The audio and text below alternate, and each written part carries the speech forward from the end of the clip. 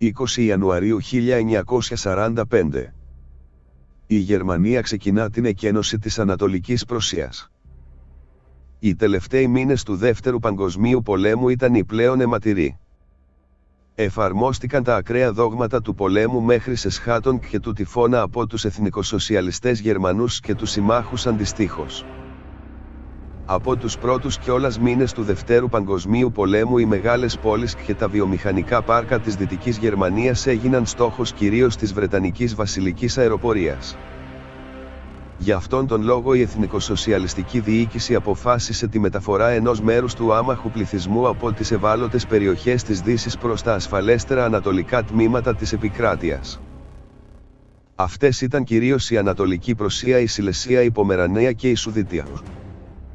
Μετά από την κατάληψη των βαλτικών χωρών από τα σοβιετικά στρατεύματα το 1940, πλήθος γερμανόφωνων κατοίκων πήρε τον δρόμο της προσφυγιάς προς τις προαναφερθήσεις περιοχές. Γενικότερα έως το 1944 υπολογίζεται ότι οι Γερμανοί που ζούσαν ανατολικά των συνόρων της προπολεμικής Γερμανίας ανέρχονταν στα 16,5 εκατομμύρια, εκ των οποίων το 1,3 εκατομμύριο ήταν Δυτικογερμανοί. Η ήττα της ναζιστικής Γερμανίας όχι μόνο είχε διαφανεί, αλλά είχε αποκτήσει και μία αναστρέψιμη έκβαση ήδη από τα μέσα του 1944. Οι πραγματιστές Γερμανοί αξιωματούχοι αντιλαμβάνονταν το τι θα επακολουθούσε, αλλά οι φωνές τους καταπνίγηκαν. Στον αντίποδα οι περισσότεροι αξιωματούχοι της παλαιάς γενιάς και οι φανατικοί υποστηριχτές του χιτλερικού καθεστώτος ήταν αποφασισμένοι να πεθάνουν ή να νικήσουν. Έτσι λοιπόν η διαταγή από το Βερολίνο προέβλεπε τον πόλεμο μέχρι σε σχάτων, τη μετατροπή των πόλεων σε οχυρά και την παραμονή των κατοίκων στα οχυρά αυτά. Το σκεπτικό του καθεστώτος ήταν η τελική νίκη ή η μετατροπή της θυσίας των Γερμανών σε έμπνευση των νεότερων γενεών για την αναβίωση του Ράιχ. Ο Χίτλερ έλαβε την τερατώδη απόφαση να καταδικάσει τον άμαχο πληθυσμό της χώρας του σε μια απεγνωσμένη προσπάθεια για μάχη μέχρι τέλους, αν και η έκβαση ήταν προδιαγεγραμμένη. Τότε εκτελέστηκαν περισσότεροι από 15.000 Γερμανοί στρατιώτες με την κατηγορία της λιποταξίας, όταν για τον ίδιο λόγο θανατώθηκαν μόλις 18 στρατιώτες στον Πρώτο Παγκόσμιο Πόλεμο. Ο τελικός αυτός αγώνας θα θύμιζε σκηνές από την Αποκάλυψη. Ήδη από το καλοκαίρι του 1944 μικρά αλλά οργανωμένα καραβάνια προσφύγων άρχισαν να εγκαταλείπουν τις ανατολικές επαρχίες και να κατευθύνονται προς τα δυτικά. Προτεραιότητα δόθηκε στους επίκους και ιδίως στους Βερολινέζους. Όταν οι κόκκινοι άρχισαν να ανακτούν τα εδάφη τους και οι αμερικανοβρετανικοί βομβαρδισμοί να εντείνονται, προκλήθηκε χάος ακόμη και στον πυρήνα της γερμανικής επικράτειας. Έως και τον Ιανουάριο του 1945 περισσότεροι από 3,5 εκατομμύρια Γερμανοί πρόσφυγες είχαν εισέλθει επί του προπολεμικού γερμανικού εδάφους. Η δυσχερής θέση των προσφύγων επιτάθηκε επειδή κάθε μηχανοκίνητο μεταφορικό μέσο χρησιμοποιήθηκε κατά προτεραιότητα από τη Βέρμαχτ για τον ανεφοδιασμό και τη μετακίνηση των στρατευμάτων. Επιπλέον η γερμανική κοινωνία έπρεπε να αντιμετωπίσει και το πρόβλημα των ανέργων ξένων εργατών, που ανέρχονταν στα 7,6 εκατομμύρια τον Αύγουστο του 1944. Όταν τα εργοστάσια άρχισαν να βομβαρδίζονται και οι φυλακές να ερειπώνουν, όσοι κατάφερναν να επιβιώσουν, δρούσαν ληστρικά. Η Γκεστάπο προσπάθησε να επιβάλει την τάξη. Όμως τα φανατικά στελέχη της συμπαρέσυραν στον θάνατο όσους περισσότερους μπορούσαν, αφού για αυτούς δεν υπήρχε μέλλον. Μόνο κατά τους τελευταίους μήνες του πολέμου η Γκεστάπο εκτέλεσε περισσότερους από 10.000 εργάτες. Στα πεδία των μαχών μόνο τον Ιανουάριο του 1945 σκοτώθηκαν 450.000 Γερμανοί στρατιώτες, όταν η Μεγάλη Βρετανία απόλεσε 403.000 στρατιώτες καθ' όλη τη διάρκεια του πολέμου και οι Ηνωμένες Πολιτείες 407.000 στρατιώτες αντιστοίχως. Συνάμα η Γερμανία υπέστη πρωτοφανής σε καταστροφική ισχύ βομβαρδισμούς, που προκάλεσαν τον θάνατο πλέον των 500.000 αμάχων. Από την πλευρά των συμμάχων τις μεγαλύτερες απώλειες υπέστησαν οι Σοβιετικοί. Εκτιμάται ότι μόνο τον Ιανουάριο του 1945 σκοτώθηκαν 1 εκατομμύριο Σοβιετικοί στρατιώτες, εκ των οποίων τα 3/4 μόλις σε μία εβδομάδα. Η φρικτή βία που η εθνικοσοσιαλιστική Γερμανία χρησιμοποίησε τα τελευταία χρόνια του πολέμου, μετέτρεψε τους αντεπιτιθέμενους σε ανήμερα θηρία που διψούσαν για εκδίκηση. Η Ανατολική Πρωσία ήταν η πρώτη περιοχή του Ράιχ που ο πληθυσμός έπρεπε να την εκενώσει μαζικά. Λίγο πριν από την άφιξη των Σοβιετικών, οι δήμαρχοι των πόλεων είχαν προτείνει την εκένωση των πόλεων τους. Όμως και σε αυτήν την περίπτωση τον πρώτο λόγο είχαν οι κομματικοί αντιπρόσωποι. Αυτοί διαβεβαίωναν ότι ο εχθρός δεν θα περνούσε τον ποταμό Όντερ, που ήταν ένα φυσικό σύνορο και οχυρό. Όποιος είχε διαφορετική άποψη, του φεκιζόταν. Πρώτο το χωριό Νέμερσντορφ δέχθηκε το κύμα της Σοβιετικής αντεκδίκησης στις 20 Οκτωβρίου 1944. Οι κόκκινοι παρέμειναν εκεί μόλις λίγες ημέρες, γιατί σύντομα εκδιώχθηκαν από τη Βέρμαχτ, στο και προσωρινά. Όταν οι Γερμανοί στρατιώτες μπήκαν στο Νέμερσντορφ, ακόμη και οι πιο σκληροτράχυλοι πολεμιστές οχρίασαν. Το χωριό είχε πυρποληθεί, οι δρόμοι ήταν γεμάτοι με ακροτηριασμένα πτώματα αμάχων, απογυμνωμένες γυναίκες ήταν καρφωμένες στις πόρτες, έγκυες είχαν ξεκυλιαστεί και νήπια κοίτονταν νεκρά με το κρανίο του συνθλιμμένο. Η φρικαλαία αυτή σφαγή ήταν το βούτυρο στο ψωμί των εθνικοσοσιαλιστών. Φωτογραφίες και βίντεο από τον Έμερσντορφ χρησιμοποιήθηκαν από τη γερμανική προπαγάνδα τρομοκρατώντας τον άμαχο πληθυσμό για το τι θα τον περίμενε εάν έχανε τον πόλεμο. Ωστόσο έως τις αρχές του έτους, 500.000 Γερμανοί είχαν εγκαταλείψει την Ανατολική Πρωσία. Τελικά σαν σήμερα πριν από 79 χρόνια, στις 20 Ιανουαρίου 1945 αποφασίστηκε επισήμως η εκένωση της Ανατολικής Πρωσίας. Όμως ήταν ήδη αργά. Την επομένη οι Σοβιετικοί κυρίευσαν την πόλη Αλενστάιν που συνέδεε την Ανατολική Πρωσία με τη γερμανική ενδοχώρα. Έως τις αρχές Φεβρουαρίου κάθε ταχεία οδός διαφυγής του στρατού και των αμάχων αποκόπηκε. Ελάχιστοι από τα καραβάνια των ξεσπιτωμένων επέζησαν και κατάφεραν να φτάσουν μέχρι τις όχθες του ποταμού Βιστούλα. Οι μοναδικές οδοί σωτηρίας ήταν μέσω της παγωμένης περιοχής του Φρίσεχαφ και του λιμανιού Πιλάου. Χιλιάδες άμαχοι προσπάθησαν να διανύσουν μία περιοχή, που οι θερμοκρασίες κυμαίνονταν μεταξύ 20 και 30 βαθμών Κελσίου υπό του μηδενός. Το ψύχος, η πείνα, οι βομβαρδισμοί και οι περιπολίες της Γεστύπο ήταν οι κύριες αιτίες για τον αποδεκατισμό των προσφύγων. Μέσα στα παγωμένα δάση τα παιδιά ηλικίας έως 13 ετών σχημάτισαν μικρές αγέλες για να μπορέσουν να επιβιώσουν, αλλά συνήθως τα μικρότερα πέθαιναν από το κρύο. Μέσω αυτών των παγωμένων διόδων κατάφεραν να διαφύγουν 450.000 άμαχοι. Στο Πιλάου όσοι πρόσφυγες δεν είχαν βρει κατάλημα, παρομοίως πέθαναν από το κρύο. Όταν ένα πλοίο προσέγγιζε την προκυμαία, εκτιλήσονταν σκηνές αλοφροσύνης. Χαρακτηριστική ήταν η περίπτωση της τελευταίας Κυριακής του Ιανουαρίου του 1945, όταν 28.000 πρόσφυγες όρμησαν στην προκυμαία και ποδοπατήθηκαν. Η κατάσταση επιδεινώθηκε όταν άταχτοι Γερμανοί στρατιώτες εισήλθαν στην πόλη, προσδοκώντας και αυτοί στη δική τους σωτηρία. Όποιος κατάφερνε να επιβιβαστεί σε κάποιο σκάφος δεν ήταν βέβαιο ότι θα επιζούσε. Πολλά πλοία έγιναν στόχος των συμμαχικών αεροπλάνων και υποβρυχίων. Εκείνες τις ημέρες μόνο το σοβιετικό ναυτικό βύθισε περισσότερα από 200 πλοία. Από τις πιο κραυγαλαίες εγκληματικές ενέργειες ήταν η βύθιση του κρουαζιερόπλοιου Βίλοχεμ Γκούστλοφ στις 30 Ιανουαρίου 1945 που μετέφερε περισσότερους από 10.000 επιβάτες και του Γκόγια με 7.000 επιβάτες στις 16 Απριλίου 1945. Οι επιβάτες αυτών των πλοίων ήταν κυρίως παιδιά και ηλικιωμένοι. Διασώθηκαν μόλις 1.239 ψυχές. Κάτι αντίστοιχο συνέβη και στο λιμάνι της Λιβέκης. Ενδεικτικά αναφέρεται ο βομβαρδισμός από τη Βρετανική βασιλική αεροπορία των πλοίων Τίλμπεκ και Καπαρκόνα με συνολικό αριθμό επιβατών 7.400 αμάχων στις 3 Μαΐου 1945. Από αυτούς μόνο 450 διασώθηκαν.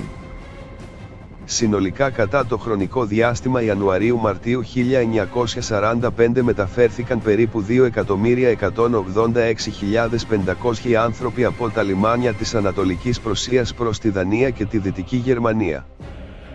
Στη διαδικασία αυτή χρησιμοποιήθηκαν 790 πλοία και επρόκειτο για τη μεγαλύτερη στην ιστορία θαλάσσια επιχείρηση εκένωσης.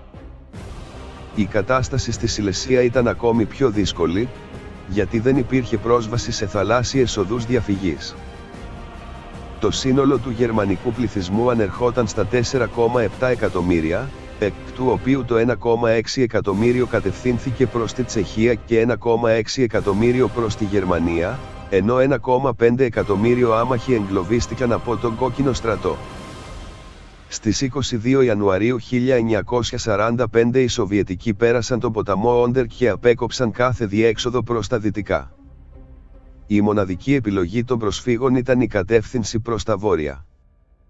Συνολικά το 85% του άμαχου πληθυσμού της κάτω Σιλεσίας, δηλαδή της σύγχρονης νοτιοδυτικής Πολωνίας, μετατράπηκε σε πρόσφυγες. Αυτοί ξεπερνούσαν τους 700.000 ανθρώπους. Όσοι από αυτούς εχμαλωτίστηκαν, θα εύχονταν να είχαν πεθάνει νωρίτερα. Οι γυναίκες βιάζονταν, έγκυες ξεκυλιάζονταν, οι άνδρες και τα παιδιά ρίχνονταν σε βαθιά πηγάδια και οι ηλικιωμένοι συγκεντρώνονταν σε σιταποθήκες, όπου πυρπολούνταν ζωντανοί. Όσοι άνδρες της εθνοφρουράς συλλαμβάνονταν, βασανίζονταν. Συνήθως τους έκοβαν τη γλώσσα και τους έβγαζαν τα μάτια. Εν συνεχεία τους στίβαζαν σε φορτηγά, από όπου κανείς δεν επέστρεψε. Αναλογικά με την πληθυσμιακή σύσταση των παραπάνω περιοχών, τη χειρότερη μοίρα είχε το Νόιμαρκ στα ανατολικά του Βρανδεμβούργου. Εκεί τα 2/5 των κατοίκων πέθανε έως το τέλος του 1944, ενώ οι περισσότεροι από τους εναπομείναντες σκοτώθηκαν κατά την εκένωση της πόλης, που ξεκίνησε στα τέλη Ιανουαρίου του 1945. Συνολικά οι Γερμανοί κάτοικοι του Νόιμαρκ ανέρχονταν στους 756.000 ανθρώπους. Η μεγαλύτερη απειλή για τους αμάχους ήταν ο Κόκκινος Στρατός. Μόνο στο Σόλντιν 120.000 πολίτες θανατώθηκαν για ένα ρολόι, ένα παλτό, ένα ζευγάρι μπότες κλπ. Οι τελευταίες εβδομάδες του πολέμου γίνονταν ολοένα και πιο αιματηρές. Στο Πόσνανι 28.000 από τους 40.000 Γερμανούς στρατιώτες που υπερασπίζονταν την πόλη σκοτώθηκαν. Σκηνές αλοφροσύνης εκτυλίχθηκαν και στην πρωτεύουσα της Σιλεσίας στο Μπρέσλαου, που φιλοξενούσε περίπου 600.000 μόνιμους κατοίκους και πρόσφυγες. Όταν κηρύχθηκε η εκένωση της πόλης, μέσα σε μία μόνο ημέρα περίπου 70 παιδιά ποδοπατήθηκαν μέχρι θανάτου στον σιδηροδρομικό σταθμό κατά τη στιγμή της άφιξης μιας αμαξοστοιχείας στις 19 Ιανουαρίου 1945. Όταν διακόπηκαν οι σιδηροδρομικές συγκοινωνίες, τα καραβάνια των προσφύγων πήραν τον δρόμο της φυγής με θερμοκρασίες από 13 έως 15 βαθμούς Κελσίου υπό του μηδενός. Αρκετούς μήνες αργότερα, όταν άρχισαν να λιώνουν οι πάγοι, ήλθαν στο φως οι σωροί 90.000 νεκρών, που είχαν ξεψυχήσει από το κρύο και είχαν σκεπαστεί από το χιόνι. Το Μπρέσλαου κυριεύτηκε από τους Σοβιετικούς στις 6 Μαΐου. Τα 2/3 της πόλης καταστράφηκαν από τους βομβαρδισμούς. Ό,τι απέμεινε πυρπολήθηκε και 10.000 άμαχοι που είχαν εγκλωβιστεί, έχασαν τη ζωή τους. Το 1/3 εξ αυτών ήταν αυτόχειρες. Η πρώτη επίσημη στρατιωτική διαταγή του κατοχικού Σοβιετικού στρατού στο Βερολίνο εκδόθηκε στις 28 Απριλίου 1945. Σύμφωνα με αυτή προβλεπόταν η προστασία των αμάχων και η προσπάθεια επαναλειτουργίας των υποδομών της πόλης. Όμως η διαταγή αυτή αποτέλεσε κενό γράμμα. Οι Σοβιετικοί επιδόθηκαν σε μία άνευ προηγούμενο σεξουαλική βία. Από τις 20 Απριλίου έως τις 10 Μαΐου 1945 αφέθηκαν ανεξέλεγκτοι να πράξουν ό,τι ήθελαν. Η συνήθις πρακτική ήταν ο ομαδικός βιασμός Γερμανίδων μπροστά στα μάτια των διοικητών. Σε πολλές περιπτώσεις οι αξιωματικοί πυροβολούσαν τα παιδιά των γυναικών, ώστε αυτά να μην εμποδίζουν το έργο των στρατιωτών τους. Οι ίδιοι οι διοικητές παρότριναν τους στρατιώτες τους με διαταγές του τύπου: αν δεν σκοτώσετε τουλάχιστον έναν Γερμανό την ημέρα, σπαταλήσατε άσκοπα την ημέρα σας. Στο δυτικό μέτωπο η δίχως στρατηγικής αξίας και πολεμικού ωφέλους ισοπαίδωση ιστορικών πόλεων της Γερμανίας όπως της Δρέσδης και της Κολονίας, καθώς και ο ανηλεής σφαγιασμός των χιτλερικών δυνάμεων και όχι μόνο, αποσκοπούσε στην αποτροπή μιας μελλοντικής αναβίωσης του εθνικοσοσιαλισμού. Ουσιαστικά ο όλεθρος που θα έπλητε τη Γερμανία, θα ήταν η βάση για τη δημιουργία μιας νέας γενιάς Γερμανών γαλουχημένης στα ιδεώδη του πασιφισμού. Ωστόσο στο στρατόπεδο των συμμάχων δεν υπήρχε ομοφωνία. Η κορυφαία φωνή διαφωνούντα με αυτό το δόγμα του τυφώνα όπως ονομάστηκε, ήταν ο διοικητής των Βρετανικών στρατευμάτων στρατάρχης Μοντγκόμερι. Αυτός ήταν υπέρ του περιορισμού του πολέμου στο πεδίο της μάχης. Ο Μοντγκόμερι δεν εισακούστηκε επικρατώντας η άποψη του Αμερικανού ανώτατου διοικητή των συμμαχικών δυνάμεων Dwight Eisenhower. Στα δυτικά η κατάσταση δεν είχε καμία σχέση με αυτή στα ανατολικά. Στις περισσότερες των περιπτώσεων οι τοπικοί άρχοντες αγνόησαν τη διαταγή του Βερολίνου περί μετατροπής των πόλεων σε οχυράκ και παρέδωσαν την εξουσία στους συμμάχους δίχως δεύτερη σκέψη. Κατά αυτόν τον τρόπο δεν σημειώθηκαν μάχες εντός των γειτονιών και επισήμως δεν υπήρξαν σημαντικές ανθρώπινες απώλειες. Ωστόσο μέσα από τα λογοκριμμένα γράμματα των Αμερικανών στρατιωτών αποκαλύφθηκε ένα όργιο λαιλασιών και βιαιοτήτων. Πολλοί Αμερικανοί στρατιώτες επιδόθηκαν στο λεγόμενο κυνήγι των σουβενίρ, δηλαδή άρπαζαν από τους αμάχους ότι θεωρούσαν πολύτιμο όπως ρολόγια, κοσμήματα, χρήματα και άλλα, και το έστελναν σαν λάφυρο στους οικείους τους. Όμως υπήρξαν και περιπτώσεις σουβενίρ από κομμένα κεφάλια Γερμανών. Πολλοί από όσους εχμαλώτους αντιστέκονταν εκτελούνταν, γράφοντας η αποστολή των γραμμάτων ότι το θύμα τους υποχρέωσε να το πυροβολήσουν. Οι λαιλασίες δεν περιορίστηκαν στις περιουσίες των ιδιωτών, αλλά επεκτάθηκαν και σε πολιτισμικούς θησαυρούς, όπως συνέβη στο Αρχαιολογικό Μουσείο του Βίρτμπουργκ στις αρχές Απριλίου του 1945. Επ' αυτού μόνο τον Μάιο του 1945 487 Αμερικανοί στρατιώτες καταδικάστηκαν για εγκληματικές πράξεις σε βάρος αμάχων. Σχετικά με τα βρετανικά στρατεύματα οι περιπτώσεις βίας ήταν μεμονωμένες. Στον αντίποδα την πιο βάρβαρη συμπεριφορά από την πλευρά των Δυτικών επέδειξαν οι Γάλλοι και κυρίως τα αποικιακά στρατεύματα των Μαροκινών.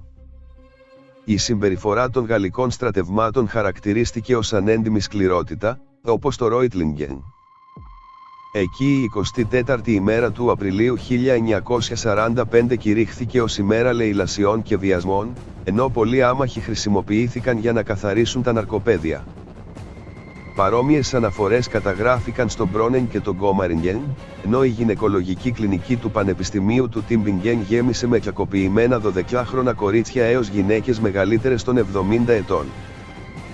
Παρομοίως γέροντες εκτελέστηκαν με τη δικαιολογία της ανυπακοής ή της επικινδυνότητας, επειδή δεν σήκωναν ψηλά τα χέρια τους κατά τη στιγμή της παράδοσης τους. Μία ακόμη μελανή σελίδα στην νικηφόρα προέλαση των συμμάχων σημειώθηκε στο Φρόιντενστατ στον Μέλανα δρυμό στις 17 με 20 Απριλίου 1945, όπου έλαβε χώρα ένα τριήμερο βίας υπό το άκουσμα του τραγουδιού «Είμαστε τα SS του Γαλλικού στρατού». Καθοριστικό ρόλο στη συμπεριφορά των συμμάχων έπαιξε η ανακάλυψη των γερμανικών στρατοπέδων συγκέντρωσης. Όταν οι στρατιώτες αντίκρισαν το πλέον σκληρό πρόσωπο του πολέμου και το ρατσιστικό μίσος του εθνικοσοσιαλισμού, παρανόησαν και οι ίδιοι. «Νιώθω ότι θέλω να σκοτώσω κάθε ζωντανό Γερμανό», έγραφε ένας Αμερικανός στρατιώτης μετά από όσα είδε. Μεταπολεμικά οι ανατολικές επαρχίες του πρώην Γερμανικού Ράιχ χάθηκαν για πάντα. Επίσης γερμανικής συνείδησης πληθυσμοί σφαγιάστηκαν ή εκδιώχθηκαν βία από τις όμορες περιοχές της Ρουμανίας, της Ιουγκοσλαβίας, της Πολωνίας, της Ουγγαρίας και των Βαλτικών χωρών. Μόνο το 1946 καταγράφηκαν 5.645.000 Γερμανοί πρόσφυγες. Σε αυτούς εάν προσθεθούν άλλα 3 εκατομμύρια από τη Τσεχοσλοβακία και οι ροές των προηγουμένων ετών, ο συνολικός αριθμός των ξεσπιτωμένων ανήλθε στα 13 εκατομμύρια. Οι ντόπιοι Γερμανοί δεν ήταν πάντα διατεθειμένοι να ενσωματώσουν τους νεοφερμένους στις κοινότητες τους, ενώ οι πρόσφυγες δεν προσπάθησαν να ενσωματωθούν στις νέες τοπικές κοινωνίες, επειδή δεν είχαν συνειδητοποιήσει ότι ο ξεριζωμός τους θα ήταν οριστικός. Έκτοτε ο χάρτης της Γερμανίας άλλαξε γεωγραφικά, οικονομικά, θρησκευτικά και κοινωνικά. Το 1945 οι γερμανικές μεγαλοπόλεις είχαν κυριολεκτικά αποδεκατιστεί. Ο πληθυσμός της κολονίας είχε μειωθεί κατά 90% της Τρίρ, 82% του Μονάχου, 42% του Βερολίνου, 35% κλπ. Έτσι τον Νοέμβριο του 1945 το Συμμαχικό Συμβούλιο αποφάσισε την εισρωή 6,65 εκατομμυρίων προσφύγων. Το 1945 έλαβε χώρα μία από τις μεγαλύτερες στην παγκόσμια ιστορία αναγκαστικές μετακινήσεις πληθυσμών. Τότε τερματίστηκε η μακραίωνη παρουσία των Γερμανών σε ιστορικά τους εδάφη, που σήμερα ανήκουν κυρίως στην Πολωνία, στη Ρωσία και στη Τσεχία. Ουσιαστικά το 1/5 των γερμανικών εδαφών χάθηκε οριστικά. Αυτό ήταν ίσως και το μεγαλύτερο σοκ των Γερμανών. Τούτο όμως είχε και μία άλλη συνέπεια, τη μετατροπή της Γερμανίας σε μία αμιγώς δυτική χώρα. Οι άμαχοι Γερμανοί πολίτες αντιμετωπίστηκαν σαν συνένοχοι των ναζιστικών θηριωδιών και οι συμμαχικές δυνάμεις συμπεριφέρθηκαν μάλλον σαν κατακτητές ενός εχθρικού λαού, παρά ως ελευθερωτές από ένα σκληρό καθεστώς. Έκτοτε ο βασικός στόχος των Δυτικών ήταν η αποτροπή της επανεμφάνισης του εθνικοσοσιαλισμού, ενώ των Σοβιετικών η εδραίωση του σταλινισμού. Ο όλεθρος που έπληξε τον γερμανικό λαό από τα μέσα του 1944 έως τα πρώτα μεταπολεμικά χρόνια, ήταν ο μεγαλύτερος στην ιστορία ξεριζωμός πληθυσμών από τα ιστορικά του εδάφη.